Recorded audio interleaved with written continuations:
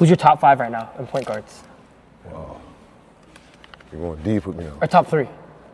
Right now, in the league right now. Current.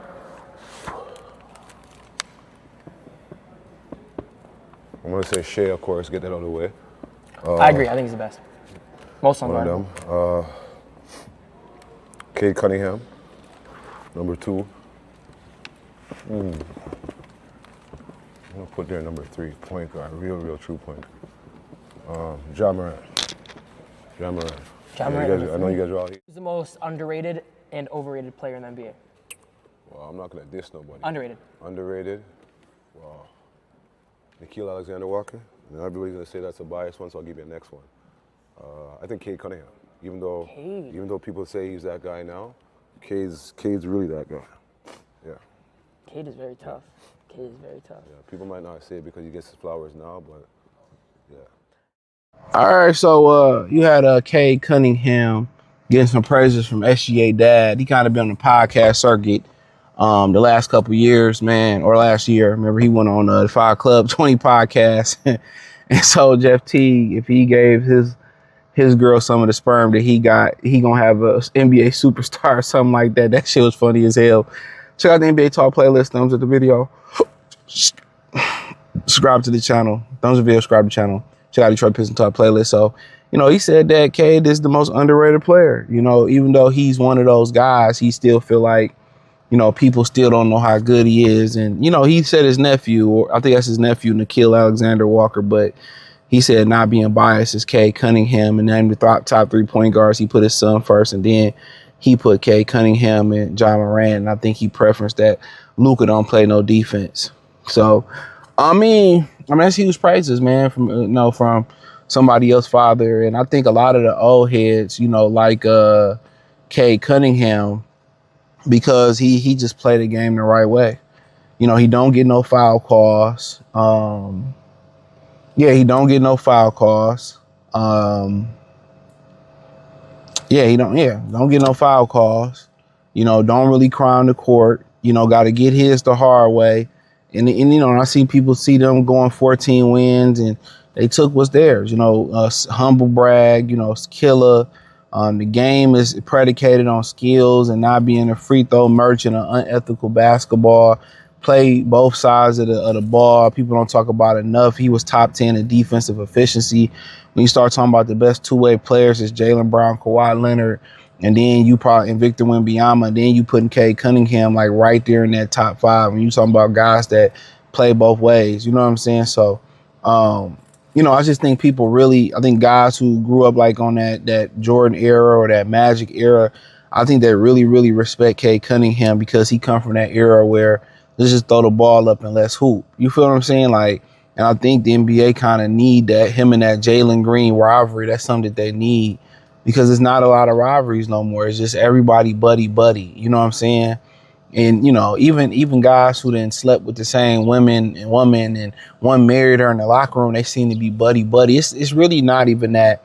It's not enough ill will in basketball. And I don't mean ill will to the point where I want to see you break your leg or I want to see your career fall off. No, it's just to the point where I want to whoop you. I want to beat you. I want to destroy you. You don't see that savagery in basketball no more. You know what I'm saying? And when you see, Cade Cunningham and Jalen Duren or the Pistons and the Knicks, it's a certain type of savagery that you don't get no more. That a lot of people, blame LeBron for taking out of basketball. A lot of people blame LeBron for taking that savagery out of basketball. Let's team up. Let's be friends. That savagery is gone. And I think when people like SGA Dad look at Cade Cunningham, they see that savagery, bro. They see that savagery. They see that hunger. They see that dude that just go hoop and play through fouls and all scratched up. 3-level scorer like his son, can bang out on you, can kill the mid-range game, can shoot the 3. Kind of got that mean streak to him. You don't see too many players like that no more.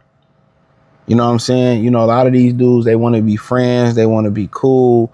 They don't play with that ego. They don't play with that mean streak. And I think, when he see that, man, I think, I think that's what they appreciate when you watch Cade Cunningham play.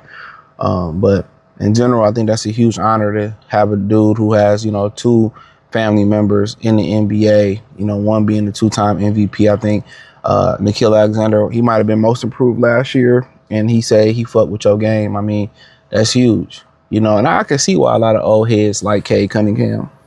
You know what I'm saying? I can see why, bro. A lot of these guys, they flaring for fouls. They crying all the time. They play one side of the ball. They don't know how to play the point guard position. You know, so yeah, I can see why you fuck with them, man. And you know, that should be a huge honor. You know, when you know people starting to really pay attention to your game. And I get what he say. I don't know why this thing acting like this. I get when he say like, excuse me. I get when he say like Cade is underrated. He don't get his just due. He don't. But then again, that's why a lot of players don't be wanting to go to certain teams. That's why. Because you don't get the NBA don't market you. It's like, you know, coming off 60 wins, it shouldn't be no reason why the Pistons ain't on TV almost every night, but they gonna put the 76ers on TV every night. The NBA is just the reason that they failing, and the NFL made more money than the NBA, Major League Baseball, and National Hockey League combined. Is because the NFL is gonna push their best product. If people want to see Michael Vick, they're gonna make sure they see Michael Vick. If people want to see Lamar, they're gonna make sure they see Lamar. And guess what? If people, you know, don't want to see Lamar towards the end of the season, or they don't want to see Burrow, or they don't want to see Jonathan Taylor because they're not winning football games, and let's just say Jeremiah Love and the Arizona Cardinals is rolling and he must see TV, they're gonna flex that motherfucker into that spot. The NFL is going to market wherever. If it's Mahomes, if it's Allen, if it's Lamar, if it's Dak, if they're going to market their best player, the NBA refuses to pass the torch, and that's why they're going to suck. They refuse to say LeBron, Steph, Kawhi, this shit is over with. Get a torch to this guy. Get a torch to Anthony. Get a torch to Victor Wembanyama. Get a torch to Cade Cunningham. And that's why the NBA gonna continue to suck. Instead of just saying it's time to turn the page and let SGA and Cade and these guys have the league, they gonna continue to give you the LeBron narrative, the Steph Curry narrative. They gonna continue to do that, bro. I'm telling you that right now. They gonna continue to feed you a bunch of malarkey, and that's why that's people tired of that shit, man. Nobody want to see a 50-year-old motherfucker run, excuse my lane, up and down the court, bro.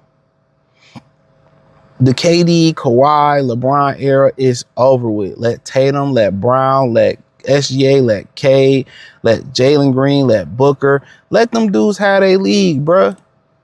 Ja Morant, LaMelo Ball, Victor Wembanyama, Stephon Castle, Jalen Brunson. Let them have their league. But hey, you know, that's just my opinion on it. Let me know what you girls and guys think in the comment section. Peace. Who's your top 5 right now in point guards? Wow. You're going deep with me now. Or top 3? Right now, in the league right now. Current.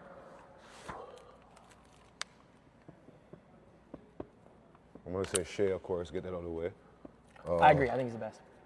Most on One of them. Cade Cunningham, number 2. I'm going to put there number 3, point guard, real true point. Ja Morant. Ja Morant. I know you guys are all hating on him already, but let me get back to his game and see what happens. He's a true 1, too. Do you think Luka's underrated? I wouldn't say underrated. I wouldn't say everybody has their haters and everybody has their guys that love them. I wouldn't say underrated. No, he's up. He gets his ranking, so I wouldn't say underrated. Do you?